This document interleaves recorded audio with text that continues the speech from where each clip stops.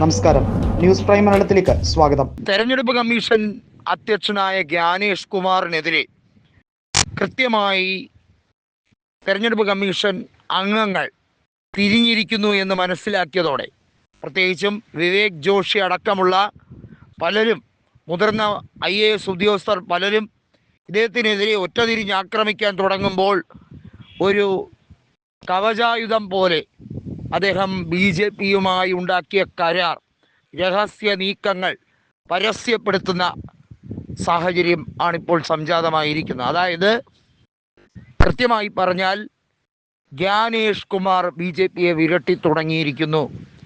തൻ്റെ നില പരുങ്ങലായാൽ, ഏത് നിമിഷവും അറസ്റ്റ് ചെയ്യപ്പെടുന്ന അവസ്ഥയിലേക്ക് പോയാൽ എല്ലാ തെളിവുകളും നിരത്തും അതിനുള്ള വെടിമരുന്നുമായി നടക്കുകയാണ് ജ്ഞാനേഷ് കുമാർ.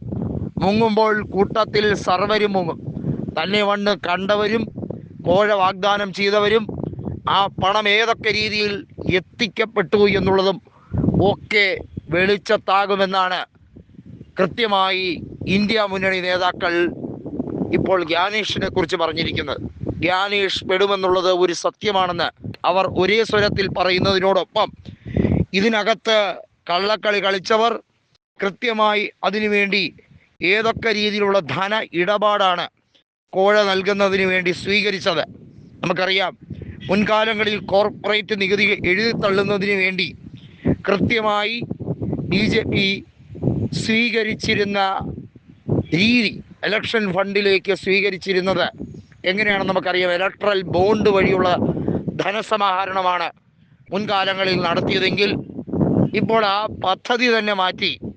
നമുക്കറിയാം, നേരത്തെ SBIക്ക് കൃത്യമായിട്ടുള്ള നിർദ്ദേശം സുപ്രീം കോടതി കൊടുത്തുകൊണ്ട് ശക്തമായി ഭീഷണിയുടെ സ്വരം തന്നെ കടുപ്പിച്ചപ്പോൾ SBIക്ക് വേറെ നിവർത്തിയില്ലാതെ വന്ന ഒരു സാഹചര്യം നമ്മളത് മനസ്സിലാക്കി കഴിഞ്ഞിരിക്കുകയാണ്.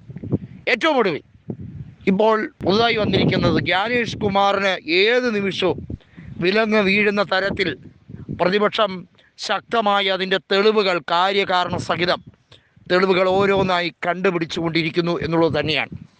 വരും ദിവസങ്ങളിൽ ജ്ഞാനേഷ് കുമാറിനെ ചോദ്യം ചെയ്യുന്ന തരത്തിലേക്ക് നിർണായക വിധി ഒരുപക്ഷെ സുപ്രീം കോടതി പുറപ്പെടുവിക്കാൻ സാഹചര്യം ഒരുങ്ങുന്നുണ്ട്. നേരത്തെ നമുക്കറിയാം, മമതാ ബാനർജി സുപ്രീം കോടതിയിൽ രാജ്യത്തെ തെരഞ്ഞെടുപ്പിനെ പറ്റിയും പൗരത്വത്തെ പറ്റിയും SIR നടപടികളെ പറ്റിയും ഒക്കെ ആശങ്ക രേഖപ്പെടുത്തിക്കൊണ്ട് നേരിട്ട് ബംഗാളിന് വേണ്ടി, പശ്ചിമ ബംഗാളിന് വേണ്ടി, ആ സംസ്ഥാനത്തിൻ്റെ നിലനിൽപ്പിന് വേണ്ടി നേരിട്ട് വാദിച്ച ഒരു സാഹചര്യം നമ്മളെല്ലാവരും കണ്ടതാണ്. ആ രീതി കുറച്ചുകൂടെ ശക്തമാകുന്ന, കുറച്ചുകൂടെ ആ കാര്യങ്ങളെ അരക്കിട്ടുറപ്പിക്കുന്ന സാഹചര്യമാണ് ഇപ്പോൾ വീണ്ടും അണിയറയിൽ വന്നിരിക്കുന്നത്.